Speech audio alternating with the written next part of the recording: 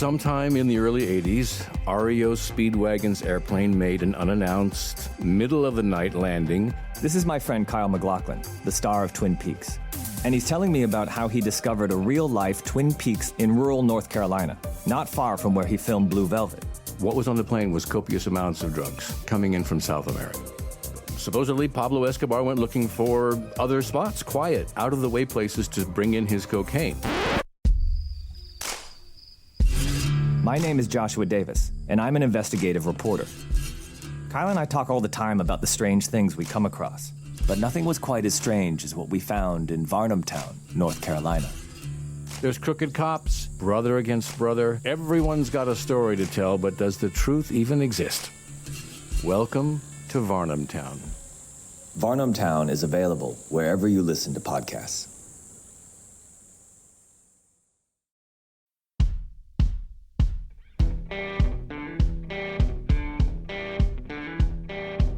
I'm Brett. And I'm Alice. And we are the Prosecutors.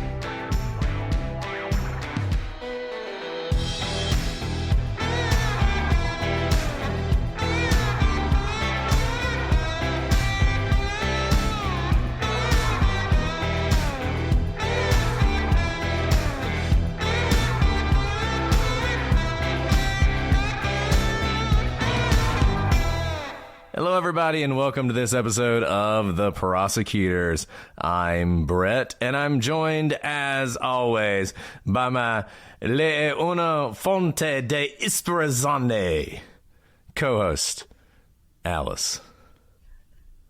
That was like multisyllabic. Yeah, it means, in Italian, you are a font of inspiration, and that's from Sarah. That was very nice, and that was beautiful. How long have you been practicing that? I'm very proud of you. That was my first take. I just went with it. Some of it was probably maybe close. Wow. Le was probably correct. That's probably about it. Le was beautiful, Le. and I've never been to Italy, but it's on my, I think I've said this before. It's like the next place I go, in like 18 years, I guess, when I can travel Well, that's again. why I want to rent that villa. Italy. Well, you said you were going to do it, and then you never did it. So where's our villa? Let's go record in a villa. Wouldn't that be awesome? That would actually We might never come back. We might never come back, but it's fine because we can podcast from anywhere. Yeah. Well, and we are podcasting today, Alice. We are podcasting today, and thank you for saying that, because when we have these types of long cases, I do get inspired in between our episodes, because all I can think about, I don't know about you, Brett, but like it becomes all encompassing. It's all I think about. And when someone asks me about another case, my mind goes blank because I'm so steeped in the case that we are currently recording.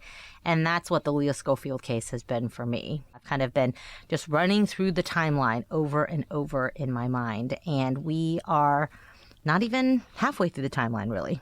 Yeah, we're really at the inflection point for this timeline. Just to give you a recap of where we are, Leo Schofield was convicted of murdering his wife, Michelle Schofield, the murder occurred in 1987. He was convicted a couple years after that.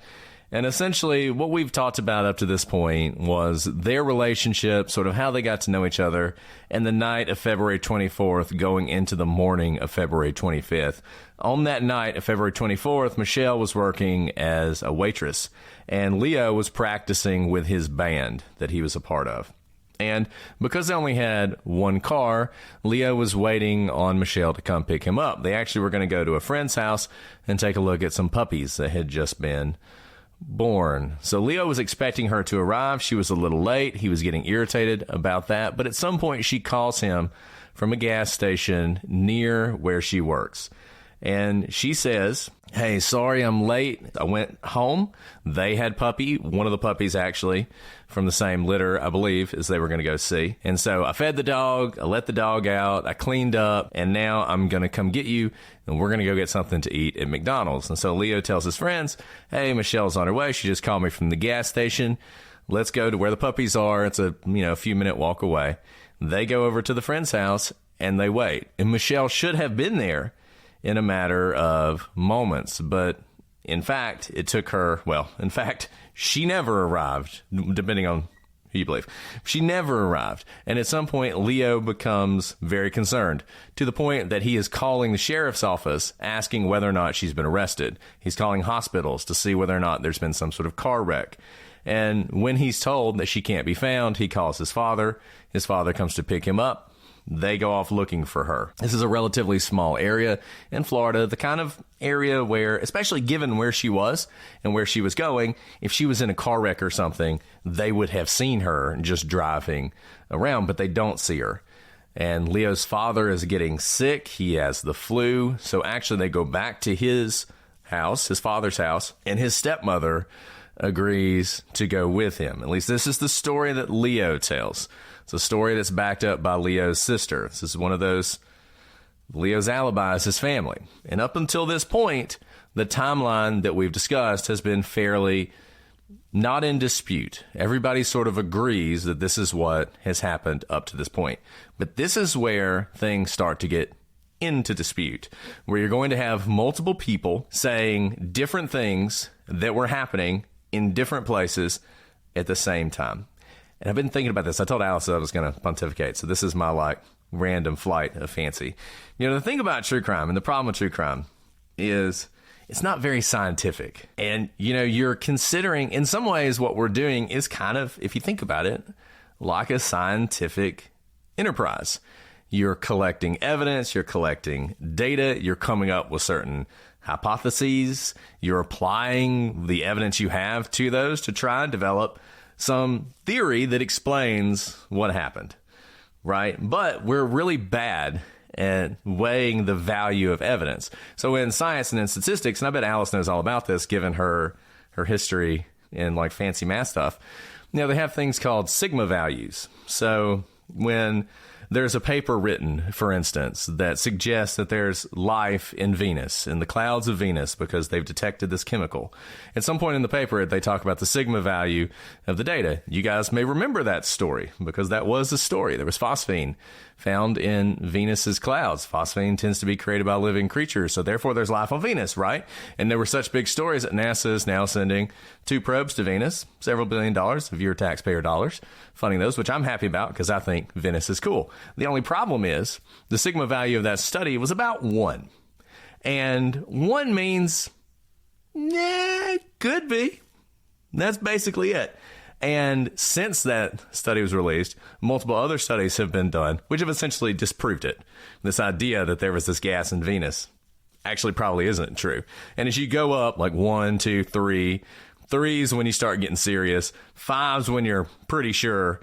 People go to 6 now and everything else, but that's sort of the value of the different theories you're looking at, the evidence that you're considering. And what I want to propose for all of us, when we are thinking about these witnesses and what they tell, in your mind, try and assign some sort of value to what they're saying and consider why it might be believable and why it might not, and try and rank them in your mind about who do you believe more. As we eternally return to Adnan Syed, to give you 2 examples of important witnesses in that case, you have Jay Wilds and you have Jennifer Pusateri.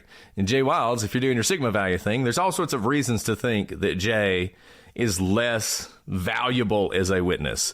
He lies. He says things that are impossible. He changes his story. Those are the reasons to sort of discount him. There are reasons to believe him. A powerful one is he knew where the vehicle was.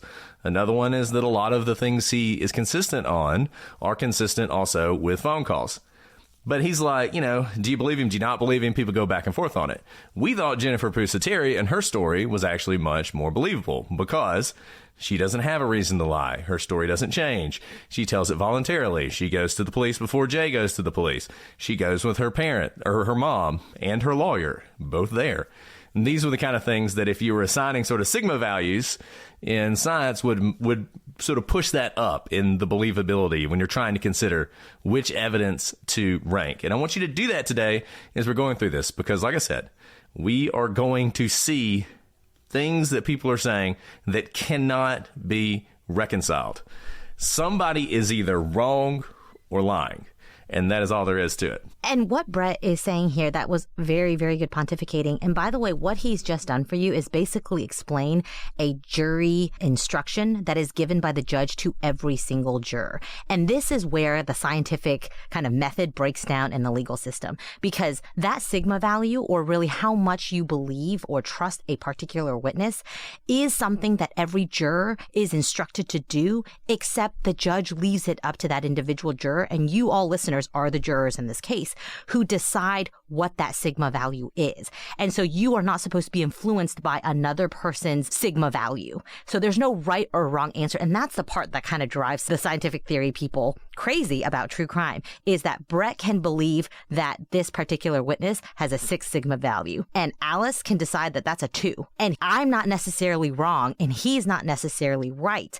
But we have to use kind of common sense. And as you've probably heard, a lot of times the legal standard of reasonable person, reasonableness standard. What is reasonableness? Is there anything more intangible than something called reasonableness? And that's kind of where the softness of those sigma values come in true crime. And I know that kind of drives me crazy because there's no testing of what those sigma values are. But the fact that you can have a spectrum of a believability is something that every single person has to do. And how do you assign those values? Common sense. This is not something you need to go to law school to learn. This is not something that is, only the elites at the ivory towers, they somehow have this power of knowledge. No, this is supposed to be everyone sitting in their seat who has lived in this world, experienced this world. This is why we are tried by a jury of our peers. Though we have different experiences, there are enough experiences in our lives that we've lived together that we have kind of this gut moral compass of what is true, what is not. And that's what you're supposed to be using. And so oftentimes when you listen to a podcast or you listen to a story, there's an element of suspending belief, right? When you watch like a really good movie, a story, anything, there's an element. We talk about Hallmark movies all the time. In order to enjoy those Hallmark movies, you have to suspend belief.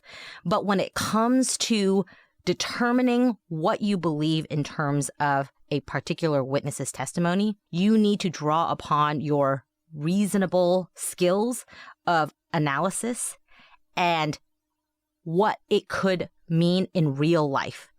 And so that's a really interesting dichotomy here, is that oftentimes you're listening to a podcast, suspend all belief, just tell me a fun story that I can ride along with. But here we're telling you, and we've always told you this in our particular podcast, and also if you were to sit on a jury, is to use your critical thinking skills. Can this happen? Not just in some world, this is a possible, any sort of theory. Can what this witness is saying be true in the world that you know as it exists? And then also, can it be true in the world where we have certain limiters and certain things that we can know for sure? And also, can it exist in a world where there are a lot of unknowns? And how many of those unknowns can be consistent with each other before kind of the house of cards falls over? So let's get into the alternate theory, the alternate timeline, which is the one the prosecution is going to pursue. And I think you're going to see very early on what we're talking about here and reasons to think maybe some people are more accurate than others. So where we left off last time was around 1:30, which according to Leo's mother, around 1:30, he and his mother are now heading out to look for Michelle again. That's the story he's going to tell.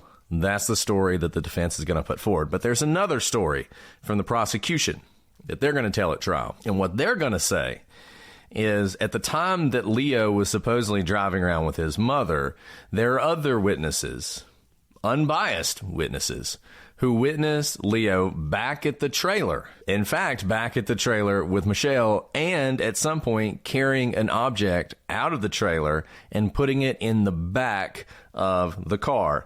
An object which the prosecution will describe as a body. Now, they can't say that for certain, but it's a very, if you read the trial transcript, there's a very sort of subtle shift where the prosecution gets someone to describe the object, and then they say something like, could it have been a body? And the person says, well, it could have been. And then from that point forward, the prosecution says, so when you saw him carrying the body out, right? It's a very, subtle thing that you do to sort of, now the jury starts thinking of it as a body as well. Obviously, if Leo... By the way, that's where a good defense attorney would jump in and say objection, mischaracterization of prior testimony. Right, or argumentative. But then you can imagine they keep saying that, and then everyone gets tired of the attorney saying objection. But that's exactly what that objection is for, because mischaracterization of prior testimony is very powerful, because then you have the questioner, the attorney, become the testifier. So obviously, if Leo was putting an object or a body in the back of the car, that is bad for him. It also would seem to indicate that his mom is probably not telling the truth. So let's go through what these witnesses are saying, because there are two witnesses that are particularly important: Alice Scott and Linda Sales. So Linda Sales is going to say that between 1 and 1:30, she came home from work. Now, how does she know it's between 1 and 1:30? Because that's the time she always comes home from work. And we've talked about this before. When people are trying to identify times, usually it's much better to have someone who says, this is the time this always happens. I hate to keep going back to Ed on Syed, but the track coach says practice starts at 4 o'clock.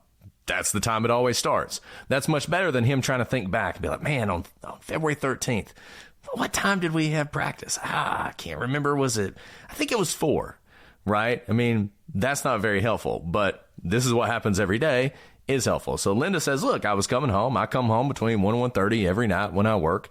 And when I came home, I saw Leo Schofield carrying an object out of his house and putting it in the back of an orange Nissan, the same vehicle that was driven by Michelle, and one that is so helpful for the prosecution because it's unique. It's not a blue sedan or a black sedan or a white sedan or a white SUV, right? It's an orange Nissan. If you see an orange Nissan, I know it's the 80s, but I'm just going to go out on a limb and say there weren't that many orange Nissans. So she says, I came home between 1 and 1:30, and I see him loading this object into the back of the car. Now, initially, that sounds pretty powerful. You have an independent person just coming home who sees something, but there's a problem. We know if that's true, her times are wrong, because Leo doesn't leave Vince's until 1:15. And the other person, the more vocal witness, Alice Scott, who is going to tell us the entire story of what the prosecution says that night, she also says that she saw something being loaded into the car, but that doesn't happen until 2:20 a.m., an hour basically after when Linda says she saw this. And this makes you wonder a couple of things about how valuable is Linda's testimony. If she's saying this thing happened at a time that was impossible, is she thinking of the right night? Because you would think her times are accurate because she's anchoring them in her work. So it's a possibility she's thinking of the wrong night. And as we were talking about, when you're thinking about how much value, how much stock am I going to put in this person's testimony? What's our sigma value going to be? I think that kind of thing is the thing that makes you think, okay, this is significant. This is important. I'm not going to discount it or disregard it out of hand, but I'm going to sort of maintain a little bit of doubt about it because of this seemingly critical inconsistency. Okay, so you have her saying that. Now, and you're going to have Alice Scott saying something else. There's something else that's worth discussing here that is going to be a problem throughout this case, and that's Leo's father. Leo's father is obviously an important witness because he alibis Leo for a lot of the night. Now, he's going to say that by this point, he's gone home and he's gone to sleep. The problem and the thing that is going to make even the detectives wonder is that Leo, at one point, has suspicions about this. At one point, he's actually interviewed by one of the lead detectives in this case who comes to Massachusetts, where Leo will move back to after the murder. This detective is Detective Weeks. He is the chief detective on the case. By this point, Leo's father had actually been arrested in Rhode Island for allegedly molesting a girl. At this point, given that happened and given the murder, Leo now has some doubts. And he actually tells the detectives that he's concerned about where Leo Sr. had been while he and his mom were looking for Michelle. And this is something that makes the police skeptical now of Leo Sr. But it's going to have the added effect of eventually making them more skeptical of Leo Jr. as well. Because now they don't trust anything Leo Sr. says, so why should they assume that his alibi for his son is correct either? And this is a case with a lot of twists and turns, and why it's really interesting, because there's all these little things that are coming together that are pushing towards what's eventually going to be the prosecution of Leo Jr. And this is so interesting, right? Because that little twist of this whole story, that Leo Sr. had been arrested for allegedly molesting a girl, is in and of itself can set off so many domino effects, right? You can imagine that if Leo had looked up to his father in some way, at the very least, as someone who was not a child molester, if he were to find this out and it was brand new information to him, he had lived his whole life thinking his father was one thing, and then all of a sudden with this charge, sees his father in a new light, can all of a sudden cause him to question everything about his father, both on the night that Michelle disappeared, as well as everything he knew about his dad, especially if it's not something that he had any indication of before. It's hard to parse out whether it's something like that or whether he independently has some concern about why his father may not have gone home and gone to sleep. And it may be as simple as what we've said is a fool's errand, trying to put yourself in someone's shoes and think how they would react in a situation. What we know is that there was no way Leo, based on his own testimony, was going to go to sleep that night. Even if he was up all night, even if he was sick, he was going to be up all night because he needed to find Michelle. And that's what he did. He stays up all night and is driving all over town, filing missing persons reports. And so perhaps in his mind, he's thinking, I just went to the police station. I just swore out a missing persons report. We haven't found Michelle yet. And okay, he's feeling sick and now he's going to sleep. How can anyone act that way in hindsight, right? And so there's just so many complexities to why he could have had suspicions about his father.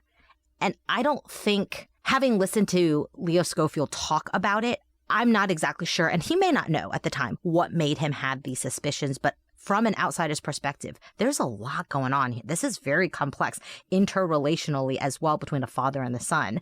But what Brett says is correct. The fact that he cast doubt on his own father swirls doubt around both Leo Sr. and Jr., and then conspiracies among the police can start to think, are they working together? Because what have we talked about with conspiracies? Hard to keep them. When you start getting scared, you think the police are closing in, you start pointing fingers at the other people who are in the conspiracy with you because you want them to go down and not you.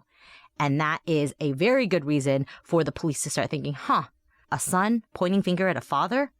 That smells very suspect to us. Does this mean they're in cahoots? Exactly. And we wanted to highlight it early because as we continue to go through this timeline, the father will become more and more important, and the suspicions about the father will become more and more important and will continue to drive this case. So, to get back sort of into the timeline, remember, you had Linda Sales, who says between 1 and 1:30, she gets home from work, she sees Leo putting something in the back of the car. That doesn't seem like it is possible. In fact, it's not possible that it happened at that time. And here's another thing.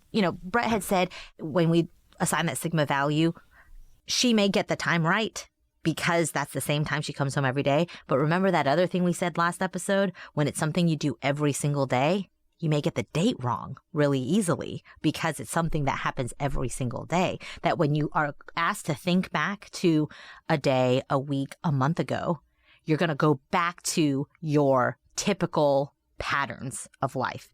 And so if she did not remember this specific day, she would think, well, I always come home at 1. But what if that was the one day that she actually came home later? Or this was a completely different day, but because it's the one errant day out of, say, the last 6 months, you're more likely to remember the last 6 months minus a day rather than the one day that was off, especially when you're called attention to a specific day and she's called to remember this night, not the other way around. Not, do you remember there was a strange night? Tell me that date, but the other way around. And our brain begins to want to fill in puzzle pieces. So when you're asked to remember a specific date, you're more likely to fall back on what typically happens. So what Brett said about her coming home every day at 1 o'clock, 1 to 1:30, actually works both ways for her accuracy in testimony. And I'm glad Alice pointed that out, because that is the other side of this coin. You've all worked late before. Maybe you don't often work late, but it happens on occasion. Maybe as you're walking out the door, something happens, and you have to spend an extra 30 minutes that you wouldn't normally spend. So that could have been what happened here. It could be that Linda isn't wrong. She's wrong about the time that night. She's right about the date, but she forgot that for some reason she got home later. Now, we're going to talk more about Linda later and other reasons to think she didn't see this. But nevertheless, for now, let's just go with that. Now we get to 1:30 in the timeline. So remember, we know, and we can feel pretty confident that Leo leaves Vince's at 1:15. At 1:30, a neighbor of Leo and Michelle's, Alice Scott, who we mentioned before, she's going to testify that she actually sees Leo and Michelle arrive at their trailer in their orange car. Alice, like all Alice's, she was kind of a busybody, and she didn't sleep very well at night, and she liked to be nosy, and she liked to spy on her neighbors. So she would just sit around and watch people out her window. She's actually described as the nosy neighbor, the busybody, by the prosecution in their opening statement. So she says, she's just watching out her window, and here comes Leo and Michelle pulling in their orange car. She watches them go inside the trailer, and then she hears what she will describe as the sound of a fight. Now, if this is true, imagine that she's right, that around 1:30, they get home and they're in a fight. It does make you wonder how exactly this timeline could have worked. You can work it out, and I think the best way you can do it is this. So Leo leaves Vince's at 1:15, and multiple people, including people who by the time they are testifying in trial and are unrelated to Leo, are not generally considered in his corner, they all agree on this. So in order for the timeline to work that Alice Scott is offering, essentially what had to have happened, Leo jumps in his dad's truck. They are leaving the house. They're leaving Vince's. And as they're driving out onto the road, here comes Michelle. For whatever reason, she is incredibly late. I mean, this is 1:15. She was supposed to be there at like 9:45. So what she was doing for the last 3 hours, who can say? But basically, they meet each other on the road. Leo kind of jumps out of his dad's truck, gets in the car with her. They head back to the house.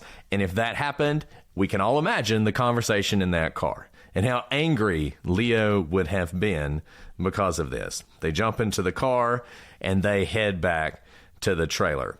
Now, this would also mean that Leo, his father, his mother, and his sister Kristen are all lying about Leo returning to his parents' trailer. Now, an interesting note. Leo and his father both agree that they drove by the trailer to see if Michelle was there. So they both agree that after they left Vince's house, they went by the trailer to see whether or not she'd gone home. Makes sense, right? The kind of thing you would do. Recall, Alice said that she saw the truck, the blue and white truck that Leo's father drove much earlier in the night, around 9 o'clock or so, at a time that really doesn't make any sense. It's possible that if she's either lying or misremembering, that this is the kernel of truth at the heart of her story. She sees the truck at some point in the night, and that later becomes transformed into she saw Leo and Michelle returning home. It's also possible that Leo is the one who is lying. And later, Leo and his mother would also go back to the trailer, and Leo would let the puppy out. And this is consistent with Alice saying that Leo came and left from the trailer on 2 different occasions. So we're going to talk a lot about Alice Scott. We're going to talk a lot about her credibility. You might be thinking to yourself, why would she lie about this? That's a great question. That's the eternal question whenever you have a witness who is testifying against someone and you want to try and figure out whether or not they're telling the truth. But it is interesting that Leo agrees he went to the trailer twice. Alice says she saw Leo arrive at the trailer, leave, and come back to the trailer twice. The difference is, when Leo's telling the story, he's in the blue and white truck of his father's. When she's telling the story, he's in the orange Nissan that they drove. And here's what's really interesting. Whatever she remembers, it would be an incredibly tight timeline, no matter what it is, because we know one of the few kind of external times that we have is 1:15 that we can verify Leo leaving Vince's house. She's saying it's 1:30. If Linda is remembering correctly, she's also remembering the 1 to 1:30 timeline. So whatever it is, both of these witnesses are purportedly seeing something very interesting. And whatever they see, it's just true that the timeline is very, very tight. One thing to note about Alice, who self-reportedly is a busybody, who likes to watch what's going on next door, likes to know the comings and goings of her neighbors, this young couple, is that Michelle and Leo did have a pretty volatile relationship. They did fight a lot. Friends have said that it was a very passionate relationship, that it probably was not uncommon for them to have elevated conversations or maybe even fights where Alice could probably hear those things. So what she is remembering for this night is much more than what Linda is. Linda is passively seeing something happen, whereas Alice is saying that two people, Leo and Michelle, who's alive and well when she first sees her, are coming home and then having this fight that she overhears. That seems like a lot to make up. And this is kind of going back to what Brett was saying. That's either, if this is not true, then she's either lying or misremembering. And one thing to remember here is if she regularly likes to watch her neighbors, this young married couple who has a very passionate relationship, it's probably not uncommon for her to have overheard them have fights through the trailer before. Was it this night, though? I put that out there because it may not be that she's lying if this is not what she saw that night. It's very possible that this has happened so frequently that this actually falls into a this happens all the time sort of situation. And as a matter of fact, even Leo will say that he and Michelle regularly had arguments over the fact that she was late. So you can imagine on multiple occasions, Leo and Michelle arriving at the trailer later than Leo wanted to be there, Leo being angry and screaming at Michelle. And, as the prosecution will demonstrate repeatedly at trial, they did have a volatile relationship. Arguably pretty clearly an abusive relationship. There's going to be a lot of testimony about that. So there's no question that Alice Scott, who loves to watch, saw on multiple occasions exactly what she's describing. The question is, did she see it that night? And one more thing about her seeing that scene many times, she will have probably almost always seen this scene play out with the orange Nissan and probably not the blue and white van, because you can imagine they're coming home late together in their one car and having this fight late at night. And why is it late at night? Because she was late. And if the blue and white van is there, it means that someone else got a ride, probably Leo, from his dad, and unlikely they would need two cars to end up at their trailer. And so the fact that she doesn't remember a blue and white truck is very consistent with this scene that she's probably seen play out many times. Their one car coming home with both of them late in the night, fighting about the fact that they're coming home late at night. Now, continuing with this timeline, at about 1:50 a.m., Alice Scott says that Leo leaves that house and gets in his car, the orange Nissan, and drives away.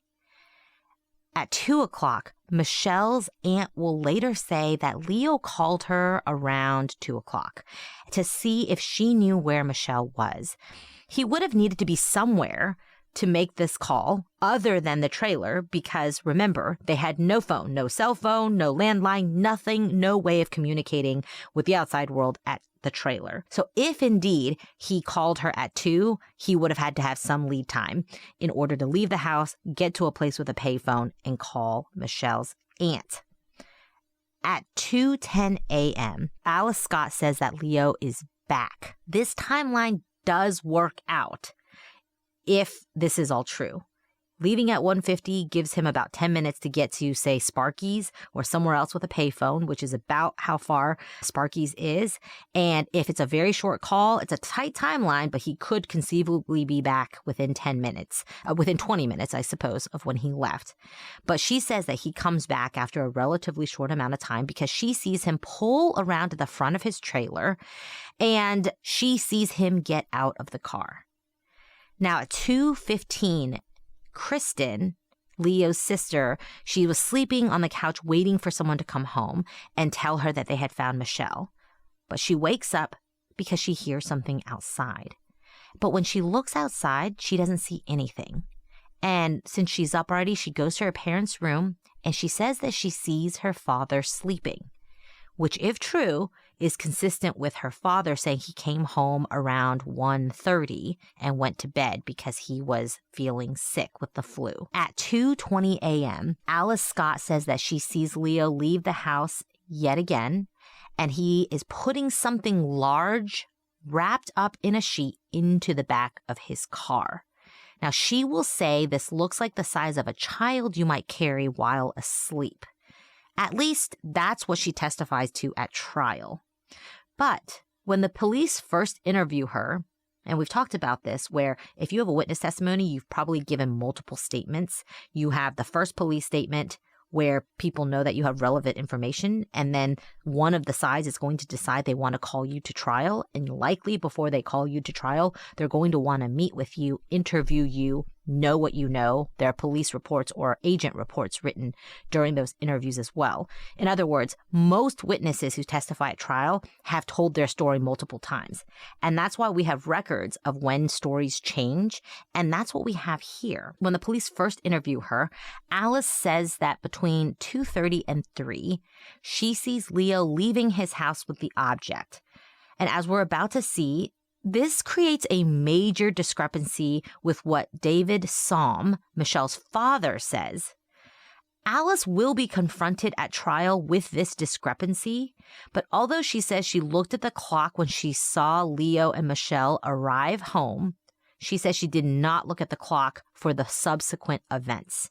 So she's essentially saying, I might be wrong on the time, but I know specifically when they came home because I looked at the clock. That was the first interview with the police. But by trial, Alice Scott's story is that Leo was only in the house for 10 minutes tops, putting the time at 2:20. Of course, we know, and we've said this all throughout this episode and other episodes, times are really hard. For instance, Leo's early morning times seems to be about 45 to an hour off, 45 minutes to an hour off. The times he gives the police tend to be a little bit later than the times that other people mention for him. For instance, he has himself getting to David Salm's house around 3:20 a.m. and Buddy Anderson's around 4:40 a.m. And I think this is really important because, as we've talked about before, one of the things you're trying to do when you're coming to this is you want, we talk about bias, we talk about all that stuff. We talk about confirmation bias. And it's really easy to walk into a case and decide, I think this guy's innocent, or I think this guy's guilty, and just grab on to the pieces of evidence that support you. So if you think he's innocent, Leo's innocent, then you hear Alice Scott changed her time, moved her times to fit the prosecution's timeline, and you say, aha, she's a liar. She's making it up. But the timeline is so tight in this case that really it's not this happened hours before, hours later. It's, well, maybe I was off by 10 or 20 minutes. I mean, that much of a time difference is all you need. And if Alice is telling the truth and she didn't look at a clock, you could imagine how, these times could be a little off. It is certainly the case. The initial story she tells the police doesn't work. It can't work with the timelines we're going to see, because we're going to have independent people who have no reason to lie, who are going to put Leo far away from that trailer at the time that Alice initially says she saw her there. Have you ever wondered why laundry detergent comes in these massive plastic jugs? They're heavy, messy, and hard to store. Worst of all, 91% of plastic doesn't get recycled, leaving laundry jugs to sit in landfills for centuries to come. I wanted to ditch the jug. Fortunately, I found a solution. Earth Breeze. Those of us who've been listening, you know that with 3 kids, I am constantly running our laundry. Our kids are messy. Everything is always stained. And so when I wanted to switch to Earth Breeze, I needed a tough detergent, and Earth Breeze does not disappoint. It is my new favorite detergent. No plastic jug and so much easier to use. The packaging is a cardboard envelope that saves so much space. I can fit 720 loads of sheets where I used to fit just one 60-load detergent jug. And I didn't realize how itchy old-fashioned detergent made me and my kids, but Earth Breeze is dermatologist tested, and I truly feel the difference. And Alice, the most important thing of all, when you got a lot of dirty clothes and you got to get them clean, Earth Breeze will give you that powerful clean. It is tough on stains, fights odors, and your clothes will come out clean every time, just like mine. We love Earth Breeze in our family, and we can't wait to get new Earth Breeze in when we run out. And look, if that doesn't convince you, with every purchase, Earth Breeze donates 10 loads of detergent to a charitable cause of your choice. And over 100 million loads have been donated. Trust me, there is no reason not to switch. Right now, our listeners can subscribe to Earth Breeze and save 40%. Go to earthbreeze.com/prosecutors to get started. That's earthbreeze.com/prosecutors for 40% off. earthbreeze.com/prosecutors. The Prosecutors is brought to you by Progressive Insurance. Hey guys, whether you love true crime or comedy, celebrity interviews, news, or even motivational speakers, you call the shots on what's in your podcast queue, right? And guess what? Now you can call the shots on your auto insurance too. Enter the Name Your Price tool from Progressive. The Name Your Price tool puts you in charge of your auto insurance by working just the way it sounds. You tell Progressive how much you want to pay for car insurance, then they'll show you a variety of coverages that fit within your budget, giving you options. Now that's something you'll want to press play on. It's easy to start a quote and you'll be able to choose the best option for you fast. It's just one of the many ways you can save with Progressive Insurance. Quote today at progressive.com to try the Name Your Price tool for yourself and join the over 28 million drivers who trust Progressive. Progressive Casualty Insurance Company and affiliates. Price and coverage match limited by state law. Guys, it's that time of year where people are making resolutions, and they can be hard to keep. But I tell you what, Factor can make your resolutions a success, and it doesn't matter. Whatever it is you're looking for, whether it's keto, calorie smart, vegan, veggie, and more, there are over 35 meals you can choose from per week, plus 55 weekly add-ons. You will never run out of choices with Factor. You can forget frantic lunch preps and rush dinners. Factor's 2-minute meals are your secret weapon in the new year. Fuel up with fast, restaurant-quality meals, all delivered right to your door. And Factor now offers loads of snack options like breakfast, smoothies, juices, snacks, and more to keep us going no matter what's on the schedule. You can skip the overpriced takeout trap. Factor is cheaper and way more delicious than takeout. Get chef-crafted, restaurant-quality meals delivered right to your door that are ready to go in 2 minutes. And what's awesome, Brett, is that you can even get special occasion meals. Gourmet Plus is the perfect solution if you're looking for fast, upscale options done easily. When things get hectic, Factor is flexible. Change your order up every week with plans from 4 to 18 meals per week, or pause or reschedule your deliveries anytime. Head to factormeals.com/prosecutors50 and use code prosecutors50 to get 50% off. That's code prosecutors50 at factormeals.com/prosecutors50 to get 50% off. So one thing to note about the fact that Alice Scott is seeing all of this. Note, I keep saying Alice Scott because I'm going to get very confused about which Alice we're calling an unreliable narrator. One thing to note about this, based on her testimony, she is watching what's going on for about an hour or so in the middle of the night. Longer, actually. And we're talking like 1:30 to 2:30 a.m. I don't know about you guys, but there have been times where I've been up late and I'll notice something. There's a big bang outside or what have you, and I'll look at it. But eventually I get pretty tired and I'm not going to follow up on it, even if I have heard, by the way, there was a murder by my house today, like within a mile. So I've heard gunshots before at night, and I'm like, well, I should probably look into this, but it's like 2 a.m. and I'm really tired. I'm going to go to bed. The fact that we have Alice kind of staying up because she says that she has trouble sleeping. You could have trouble sleeping and want to go do a puzzle, go take a bath, go eat a snack, go watch TV. But she chooses to be watching all of this. And because of what I've said earlier, of her probably seeing the scene play out many times of the two of them arriving home late at night and fighting, is that she does this regularly. She watches her neighbors extensively, not just to notice what's going on at a loud noise. She seems like a neighbor watcher. What she sees this night, I think, is probably what she does most nights. Whenever they come home late, it seems to me that Alice Scott probably watches her neighbors until they go to bed. Nothing creepy about that. That's just what she does. She's a kind of the neighborhood watch, shall we say. I think that's relevant here because she clearly wants to be very helpful to the police as someone who knows a lot. Some call it busybody, some may just call it wanting to be helpful.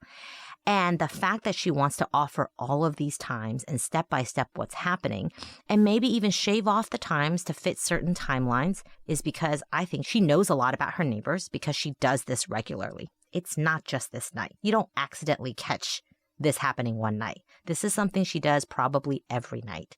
And she is really excited to share all she knows with the police.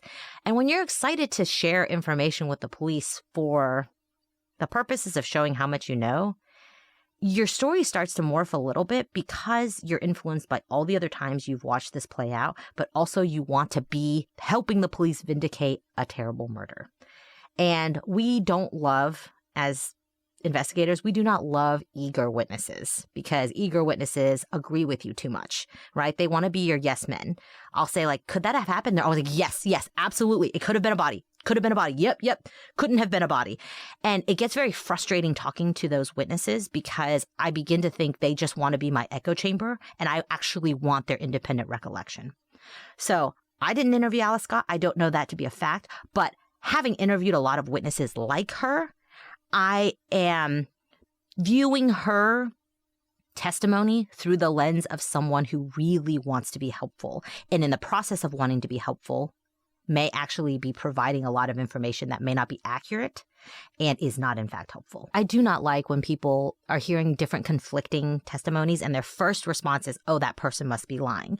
Because my experience is calling something an outright lie is kind of the last measure that I take. I try to think all the ways in which that witness could be thinking that they're telling some version of the truth and they're not trying to outright lie. And so that's what I'm trying to do with Alice Scott here. And what Brett said right there, wanting to vindicate a victim, especially maybe a victim that you may see yourself in many years earlier, right? Young woman who got married at age 17, is just about 18 at this time, is young, full of life, whereas Alice Scott is, living by herself in a trailer with probably not a lot going on in her social life, which is why she watches her neighbors a lot.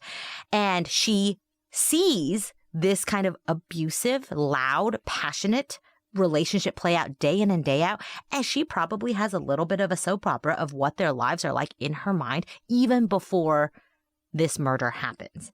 And the fact that this murder then happens and all of a sudden she may be a key witness in all of it, this has been something that's been playing in her head for quite some time, and thus the eagerness of wanting to come in with helpful information. And look, I don't know exactly where we're going to come out on Alice Scott, but some of you, as we said before, one of the questions you always ask yourself is, why would someone lie about this? And one thing I will say, don't underestimate how much some people want to help get justice for a victim. I think this happens to police officers who plant evidence sometimes. I think sometimes people decide, based on everything else and based on their past experience, that they know what happened, that he was abusive, he beat her, this was going to happen eventually. He was always going to kill that girl, right? Like that kind of thinking, and really wanting to help get justice for her and being willing to shade the truth or maybe even lie if you think the lie is in pursuit of some greater truth. I'm not saying that's what is happening here, getting a little bit ahead of ourselves, but just when you're thinking through possibilities, that is the kind of thing that does sometimes happen. Alice Scott can come off really bad when you're hearing what she has to say. Certainly a busybody, but this is where I say don't suspend your reality and kind of zoom out. Why is this person watching her neighbors at 1:30 to 2:30 at night? At some point, don't you get tired or even bored of what's going on? And in kind of personal experience, I would say it's because she does this regularly. This is what she does for sport. And I don't think it's weird. I think a lot of people like to watch their neighbors, especially if they are engaged in fights, and whether physical or verbal. And it's sometimes better than watching TV. But that does begin to shade what she may remember, because if this is something she does regularly, and we also know that Leo and Michelle fight regularly, then what actually happened this night becomes a lot more questionable. I don't know if y'all can see that map I just put on the stage. I'm going to try and get a bigger version of it so you can see just how close all this stuff is. Like, all of this is happening in a very, very close to each other. And you can see sort of where Alice Scott is versus the Schofields and where sort of these various things are that's happening if you're watching on YouTube. I mean, I guess actually if you're watching live with us and the patrons. So sorry, all those of you who aren't. The map is available on the website. Join Patreon. So moving forward. So we talked a lot about Alice Scott. We talked a lot about times. Now, give me 1 second, everyone. I'm going to try and get y'all a bigger map. Got some technical advice from people. Once again, all the podcast people know how to do various things. Now, I'm about to, I think that's as big as we get on there, but I've got a bigger one. Just give me 2 seconds. I just got to get it saved. Why? We're talking about Alice Scott over here. Well, okay, I'm saying all this because Alice Scott can come off really bad when you're hearing what she has to say. Certainly a busybody, but this is where I say don't suspend your reality and kind of zoom out. Why is this person watching her neighbors at 1:30 to 2:30 at night? At some point, don't you get tired or even bored of what's going on? And in kind of personal experience, I would say it's because she does this regularly. This is what she does for sport. And I don't think it's weird. I think a lot of people like to watch their neighbors, especially if they are engaged in fights, and whether physical or verbal. And it's sometimes better than watching TV. But that does begin to shade what she may remember, because if this is something she does regularly, and we also know that Leo and Michelle fight regularly, then what actually happened this night becomes a lot more questionable. So going back, let's use Alice Scott's on timeline to sort of work through this. So she says at around 2:10, Leo comes back. At around 2:20, he leaves. As we said, she has to push that back to 2:20 from her initial statement, which was 2:30 to 3. Why is that? Because at 2:30, Leo is going to show up at Michelle's father's house, David Somm. At this point, he is driving the truck. He's got the blue and white truck that belongs to his father. And Leo tells him that Michelle is missing. Now, the prosecution will later state that by this point, Michelle has been murdered. Leo has murdered her, and that he is trying to build his alibi by being seen by various people afterwards and to be seen as searching for her. So by 2:30, Leo is going to say that he and his mother are continuing to search for her for the remainder of the night. Either way, as we said, this event does create a problem for the timeline. So Alice, she has now moved it up to where Leo is leaving at 2:20 in the orange car. And she's doing this because he needs to have left by 2:20 to get to David Somm's house by 2:30. The problem is when he shows up at David Somm's house, he's in the truck, which means not only does he have to get from the trailer to David's house, he has to switch cars before he does it. So that is adding, even though, as you can see, if you're watching the video from the map, it's not terribly far away from where the trailer is. Nevertheless, he is going to have to make this switch before he can show up at David's house. And also, like, kind of begs the question, why? You know, why would you change cars, especially when we will, spoiler alert, we are going to find the orange Nissan later. And if he has Michelle in the back of the car or other evidence he wants to dispose of, that's not a lot of time to both switch a car, dispose of whatever you need to, plant the car somewhere else, and then still stick with the timeline. And another thing that's important, even though this area is relatively small and everybody's pretty close, his parents' house is the opposite direction of David Somm's house. And really what you're having to build in your mind here is that this is a family affair. whether it's the entire family or whether it is Leo Sr., which is going to be the prosecution's theory, that Leo Sr. is helping. He's helping do this. You would have to imagine he drives the orange car up to his parents' house, leaves the car there, presumably, if Alice Scott's right, with Michelle's body in the back of the car, jumps in the truck, drives all the way down to David's house, and does it in about 10 minutes. It's funny, if you listen to Bone Valley, we've talked about that a lot, and if you read stuff on the internet, if you spend time on Reddit, for instance, you will see people say that Leo never went to David's house, and that is based on a letter that was written by Michelle's older brother to the parole board that says that Leo's lying about this, that this never happened. The problem with that, his older brother is 100% wrong. He's just wrong about it. I don't know where he got that, but he's wrong about it. How do I know that? David Somm testified in trial that this happened, and her younger brother, who lived at the home at the time, testified. I don't know if he testified, but he says that this happened because he remembers Leo showing up, and he remembers thinking Leo was being overprotective. If Michelle wants to be out with her friends, why are you running around bothering people about it? So this definitely happened, and it definitely happened at this time. And if Leo was using this to create an alibi, he did a pretty good job, because this is a difficult moment in the timeline to deal with if Leo is guilty. So, and it gets even weirder. So at around 2:45, really between 2:45 and 3:15, Leo and his mother, who were in the truck. So 15 minutes. So you can imagine he shows up at David's house around 2:30. He talks to him for some period of time. At some point, if he's telling the truth, his mother, I guess, is in the truck. They leave together. Remember when Kristen, if we're following kind of two alternate universes, if he left and Kristen saw him and his stepmother leave when the father, Leo Sr., went to bed, this goes along that timeline, right? Like they were driving around, couldn't find her, and then go to David Somm's house, and then that's why they're together in the truck. So between 2:45 and 3:15, Leo and his mother find a couple cops who are hanging out. And they actually approach these police officers. Both police officers will testify at trial. And Leo asked them about Michelle and asked them, have you guys been looking for my wife? I've put in a missing persons report. Now, they tell him, we don't know what you're talking about. We don't have anything on your wife, which irritates Leo because he's like, what are you talking about? Hours ago, I called in and filed a missing persons report. Why are you not looking for that? Well, at 3 o'clock, so right in the middle of this timeline, a bolo is issued to be on the lookout for Michelle and for the orange car.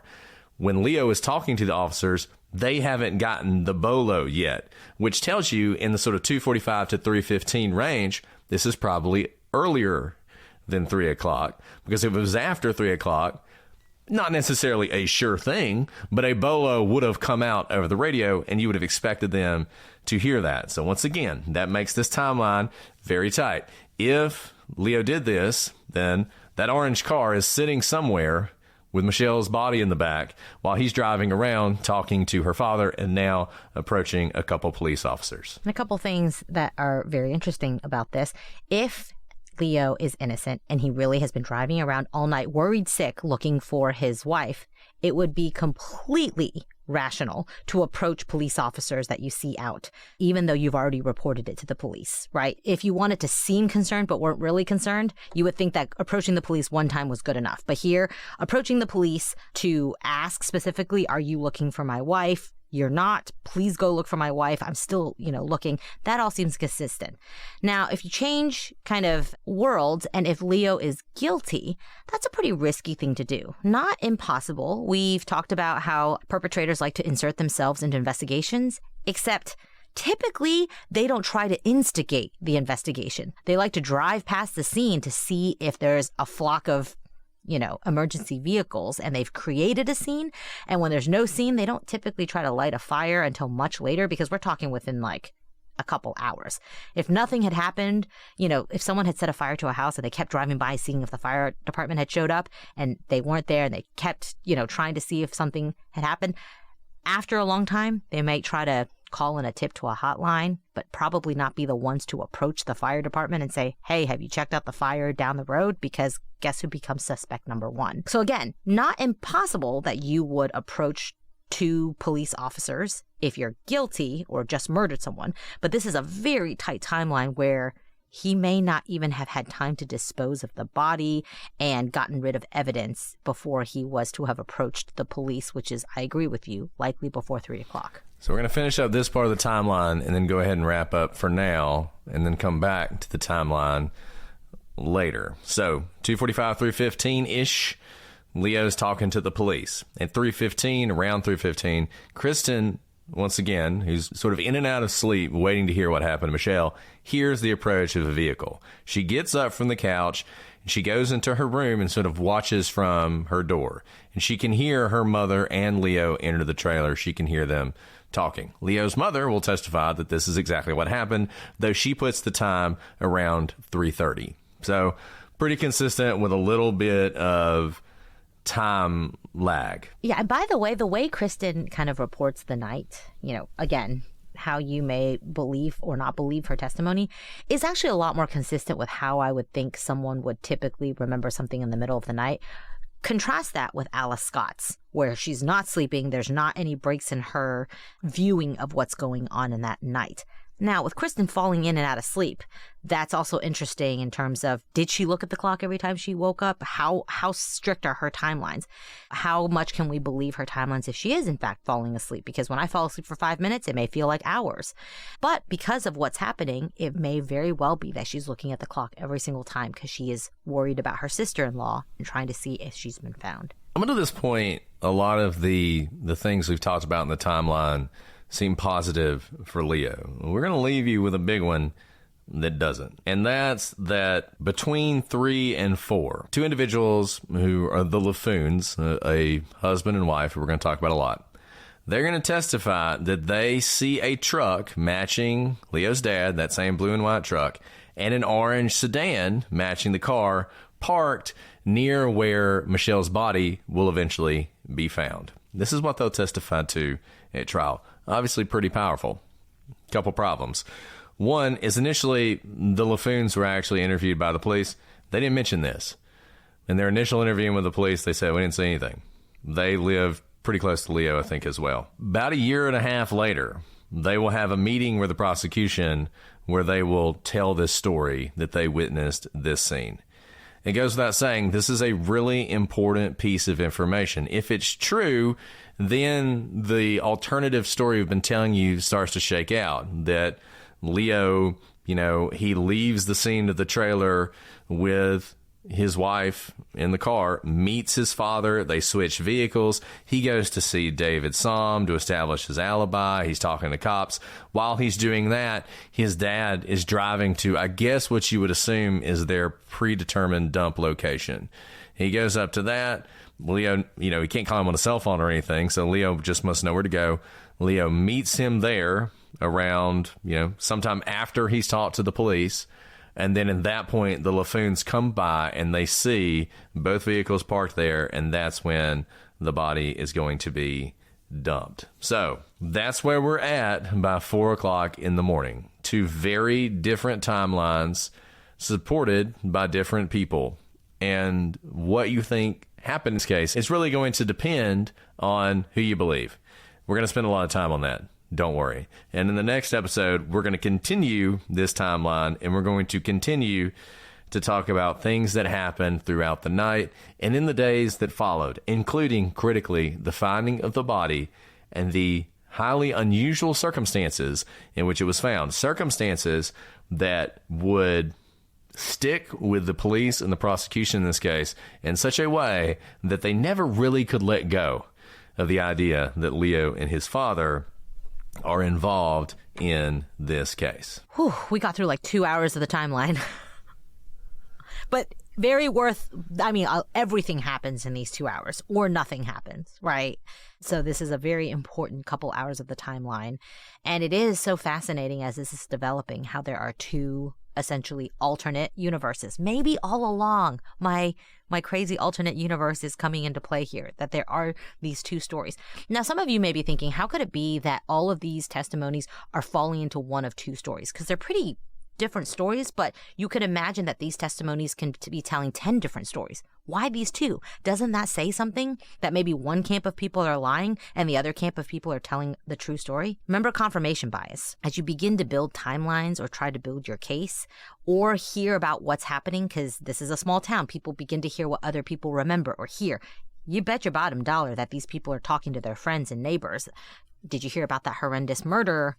Here's what I saw that night. People actually begin to have confirmation bias into which story or timeline. Oh, something happened at 3 a.m. I remember something happened at 3 a.m. So it doesn't surprise me at all that these kind of testimonies are falling into two camps rather than just a smattering of things, because everyone's really paying attention to the investigation. Everyone wants, this horrendous situation to be brought to justice. But unfortunately, this is going back to that echo chamber of a witness, is the longer an investigation goes on and the more attention it may get and the more people talk, the worse quality actually a lot of times your witness testimony can be, because people begin to take shape in their minds of what they remember and what it may fall into. Our brains are always trying to make sense of the chaos around our worlds, and that includes our memories, trying to fit it into something that makes sense. So this case, like every case that has an innocence component to it, there are going to be suggestions of corruption on the part of the police and prosecution. And as you know, we are very skeptical of those. I will say this. There's not that many claims of corruption on the part of the police in this case. There aren't really suggestions that the police are doing a lot of things they shouldn't do. You cannot say that of the prosecutor in this case. There are several things the prosecutor is accused of doing at various times in this case that we're going to talk a lot about that are questionable and make you wonder. And the reason that's important is, if the prosecutor allowed tunnel vision or whatever you want to call it to take over, then you got to wonder about that meeting with the Laffoons a year and a half later, when, if they were going to prosecute Leo, they really needed something to happen.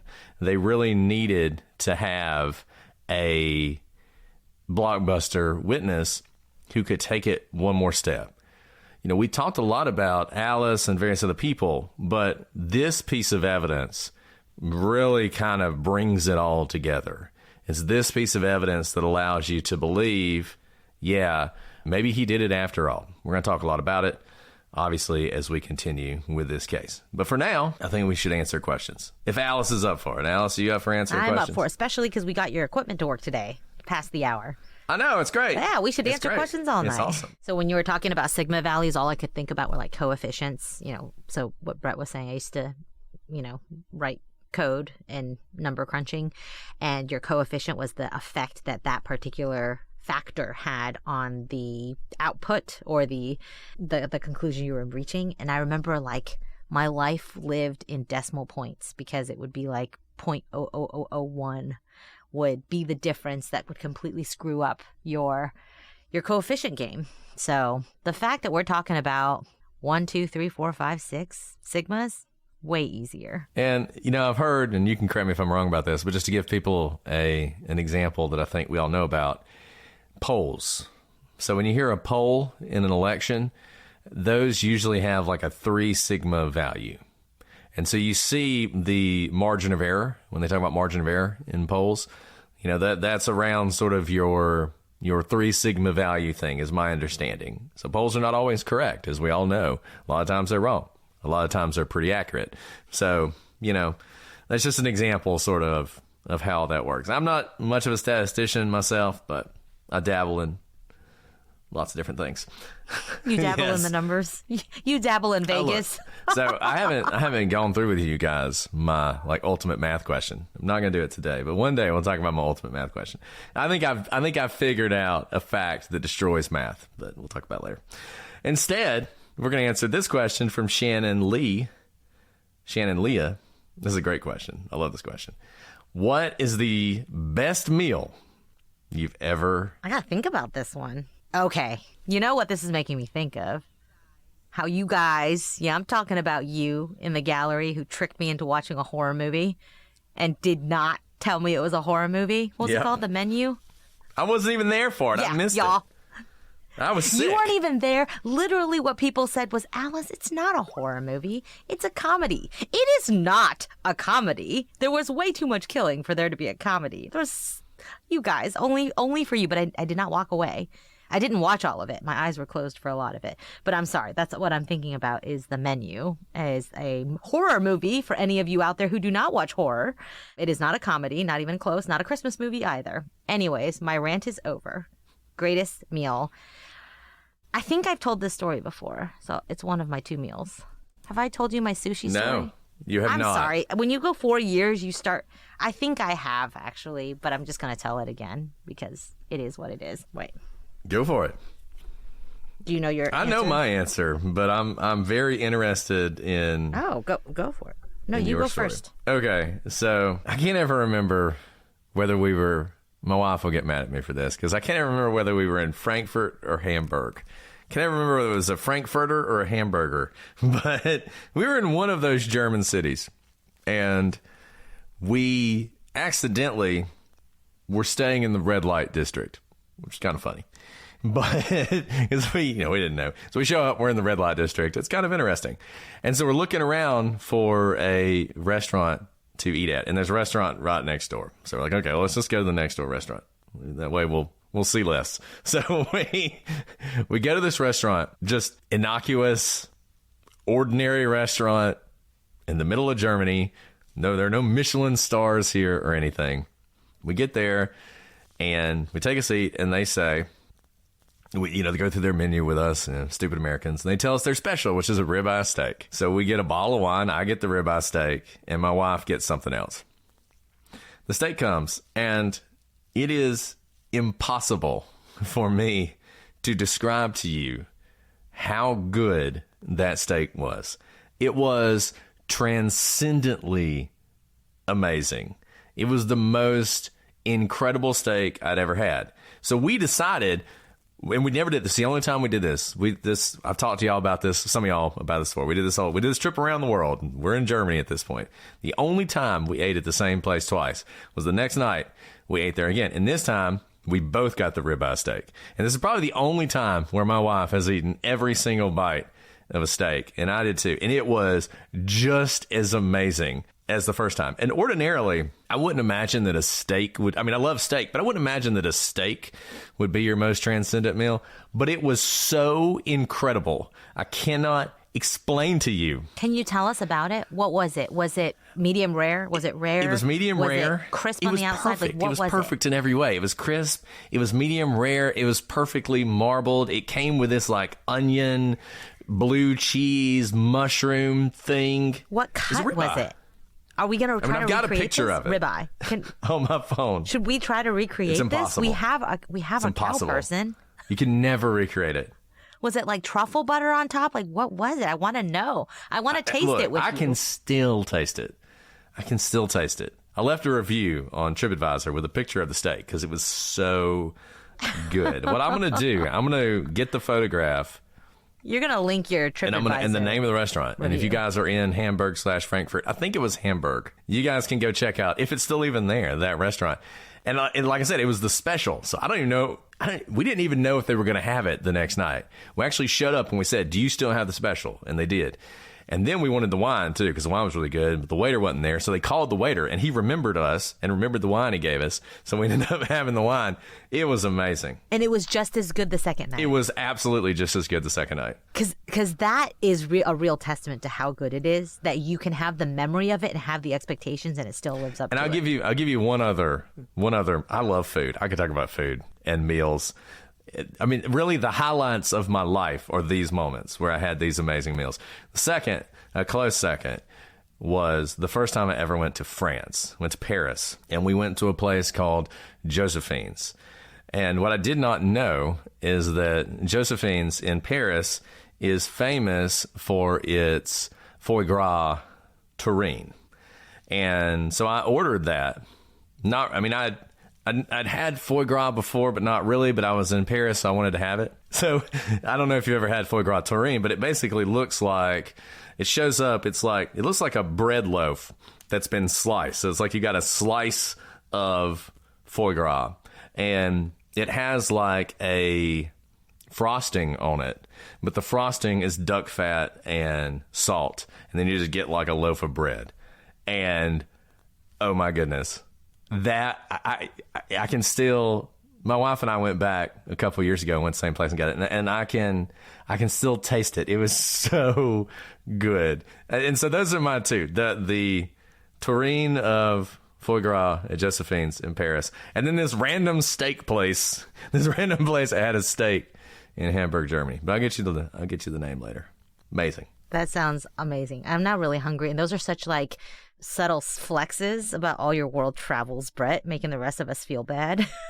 I will say the night markets in Taiwan, if you've never been, have some of the best street food you'll ever, like, it's impossible to recreate because it's like recycled oil that they probably fry everything in for the last 20 years. It's probably not healthy, but it's amazing. So if you're ever in really any Asian city, there's going to be night markets that are not the red light district, that are just for food and probably knock off luxury bags. But you need to go eat like the bowls of noodle soup, and everyone, basically has metal chairs attached to the back of their pants that they can just sit down at any point and eat a bowl of noodle soup. But that's not my favorite meal. That is just like anytime I go back to an Asian country, I have to go. You stay up all night because the best times to eat are like between the hours of 12 and 3 a.m. With that said, so this was also because the company was so great. But I know I've told the story before, but it's worth it because it was such a good restaurant. And it's a restaurant that is attainable for many of you because we have a lot of fans in Texas. Not everyone can go to Hamburg or Frankfurt or France to get their, world-class meal.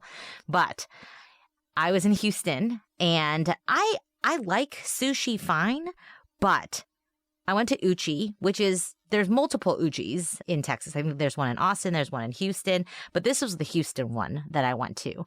And it was like a celebration night. So we went with friends and we were going to get everything on the menu, which was the way to do it. And so these bowls were coming out. I mean, it was like the movie The Menu. This is why that movie really hit deep. But like a stone bowl with steam coming out of it, and like they would light it on fire as you're supposed to consume it within 20 seconds to have like the perfect flavor come out. And it was just, we were there for maybe 4 hours, and it was an incredible night of culinary delight. Every single, there was seaweed that was burned to a crisp that was perfect and melted on your mouth. And while it was melting, you were supposed to put like a dollop of ice cream on your mouth. And we each had a server who like put you in the exact order of when these flavors were supposed to merge in your mouth at one time. And literally the waiter would like close my mouth for me at certain times so that like it would all melt together. And I can't even recreate it because we told them to just blow our minds, and they did. But what happened that night was we were just like on cloud nine. It was so incredible. There were at least 40 different flavors happening. I don't even know what's happening. All these flavors I can't even recreate for you. There was octopus, there was squid, there was all the things. And at the very end of the night, we are so happy. There's nothing we can recreate at home, clearly. But our friend asked the waiter, who's been with us all night. He is like our tour guide through this culinary journey. And our friend says, "Hey, what is this soy sauce that you guys have made? Have you made it? Is it like you grew your own soybeans and you're like, washing them in the back and just creating this like cold pressed organic soy sauce?" And he's like, "Let me ask." And let me preface this with, before that, we had this ginger sauce that we had asked him, and he came back and told us like where the ginger had come from. It was shipped over actually from Japan, and it had been flash frozen so that it, came here perfectly at peak ripeness, and then he had crushed it that morning, and they only make the ginger sauce within like 45 minutes of it being served, and then after 45 minutes they scrap it and then make a new batch. So we had this long conversation about the ginger sauce.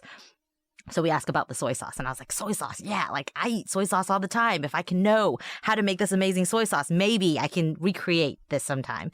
And the waiter came back and he was like, "I found out about the soy sauce. It's Kikkoman, which, if you don't know what Kikkoman is, it's like you can find it at any grocery store. It is not flown over, flash frozen from Japan.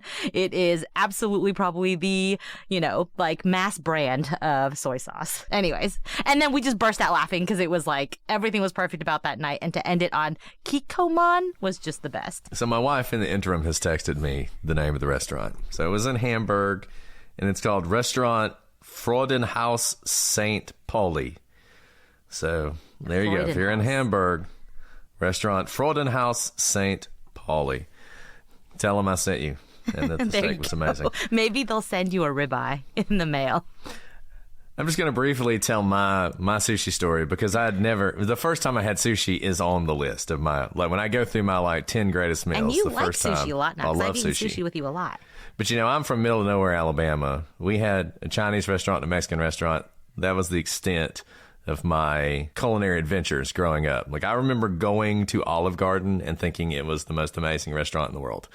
So I had never had sushi. I remember the first time I had Thai food. It was literally in New York City.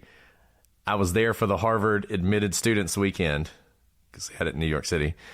And I had Thai food for the first time because I'd never had Thai food. All through college, never had it. Anyways, so while I was in college, when I was a junior in college, I spent a semester at Georgetown in D.C. and had no money or anything, but it was part of this program that frankly had a lot of rich people in it. And there was one guy who we became friends with who was half Japanese and was wealthy and very nice guy, great guy. Anyways, he wants to take us to sushi. So he takes us to a place called Sushi Co. in Georgetown. Some of you will probably have heard of it. And we go there. And it was kind of like you were describing. He ordered everything because we didn't know what we were doing. And I just remember thinking, I can't believe I'm about to eat raw fish. I hope I don't just throw up all over the place. But it was like a life-changing event because it was so amazing. And then you ended up paying for it too. So that made it even better whenever it's free. It was so amazing. And from that point forward, love sushi. So that meal at Sushi Co. I don't even know if it was that good, but that's the thing, right? Sometimes these very memorable things, like I said, maybe if I went there now, I'd be like, oh, that was fun. I really haven't had sushi, like a meal like that since Uchi because I knew they would pale in comparison. And I was like, I don't even want grocery store sushi, Yeah. Yeah. I do love. Now I'm really hungry. This was a fantastic question. I need to hop on a plane to Hamburg. Houston. By the way, some of my best meals ever have all been in Houston. There are some phenomenal restaurants in Houston. Some incredibly just genius chefs who all do the whole foraging in the forest, which I didn't even know there were forests in Houston, and whip up some magical thing each night that's different where you can't recreate it night to night. That's why when you said you went back and got a ribeye the second night, that's really special because I've had those experiences and I'll be like, what is this? And they're like, we've literally made 5 and there are no more. There you go. At about, 6:30 on New Year's, I thought I might be going to Houston, and then at 6:45, I was like, "Oh, never mind. I guess I'm staying home."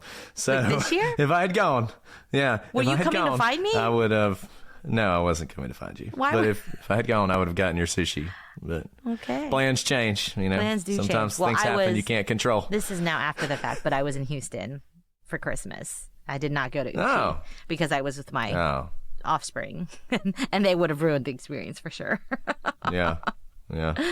Well, we should go to Houston sometimes. I love Houston. Houston was my home for a while. Apparently, our investigators have found my review. Yeah, I'm absolutely going to go read it. I'm curious to know what it says. Someone already posted it in the gallery. It's been so long since I read it. That's hilarious. Oh my gosh, I love it. Well, look, we spent so much time on that question. I think we only have time for one today. Yeah, great I think question. So. That was amazing. I could talk about food all night long. Let's start a food podcast.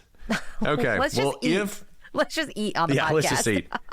If somehow you stayed with us throughout that entire long thing and you're still here and you have questions about Leo Schofield, shoot us an email at prosecutorspod for all our social media. We would love to hear from you guys. Hello to those of you watching on YouTube. We love our sort of, we're trying to grow the YouTube fan base because, that's a podcast. So usually most people listen to it on the podcast, but the people who watch it on YouTube, I always find that, it's pretty fun. It's pretty cool. And thank you to those of you who are patrons who have stuck with us this entire time and watched the entire, as we just waxed poetic about food. We really appreciate you guys. Well, Alice, is there anything else you want to add before we sign off for today? No, but I hope you've enjoyed kind of the deep dive into the timeline. Come back because there is a lot more to discuss. And truthfully, Brett, I'm not going into this one way or the other. I listened to Bone Valley. Obviously, he had a conclusion, but I'm trying to look at this all anew with all the trial transcripts and whatnot. So I'm enjoying this journey because I don't know how it's all going to come out. Me too. I always do, Alice. I love doing this with you. So much fun. Okay, guys, so we'll be back next week. We will continue with this timeline. I promise eventually we'll get through it, but it is just so important. It is so critical, and we always say that timelines are important, but this one is as important as any timeline in any case that we've ever talked about. So we want to spend enough time on it. But we will be back next week with more. But until then, I'm Brett. And I'm Alice. And we are the Prosecutors.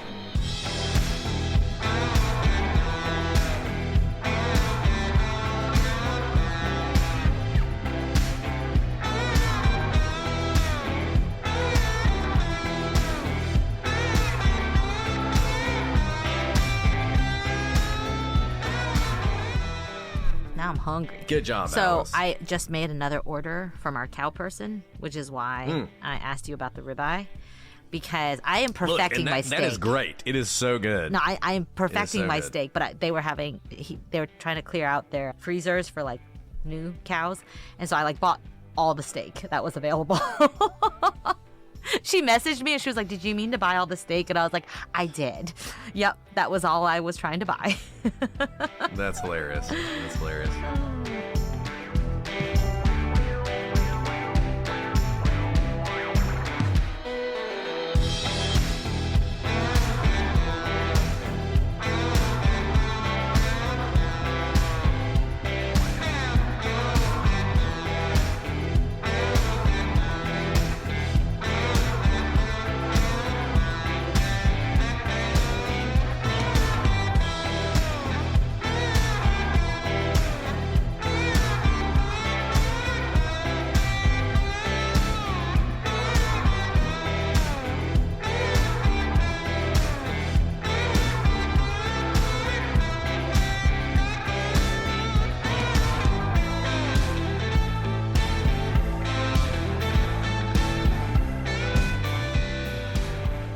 Because the boss has invited all of us to his home All right, a because couple hours away. Well, what I was going to say is we're going to do a polar plunge on Saturday morning. Oh, wow. And go eat. Really? Yes. You should come if you want an excuse, because you might be incapacitated after the polar See, my wife, she saw that and was like, "What kind of crazy person would do this?" And I guess now we know the answer. We are the crazy Now people we who are know doing the the polar answer. plunge. And then we're going to go eat breakfast afterwards.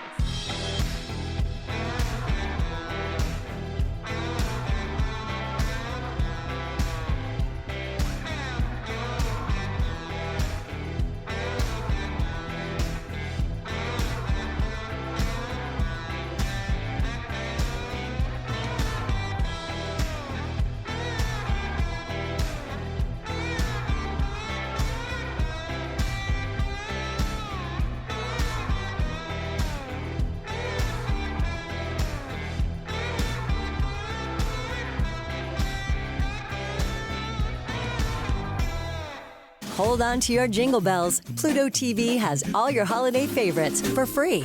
Enjoy our season's greetings category with 9 holiday channels, including holiday movie favorites by Lifetime, Festive Fireplace, Holiday Lights, and Hallmark movies and more. Download the Pluto TV app on all your favorite devices and start streaming holiday favorites on live channels and on demand. With thousands of free movies and TV shows, Pluto TV is your home for the holidays. Pluto TV. Stream now, pay never.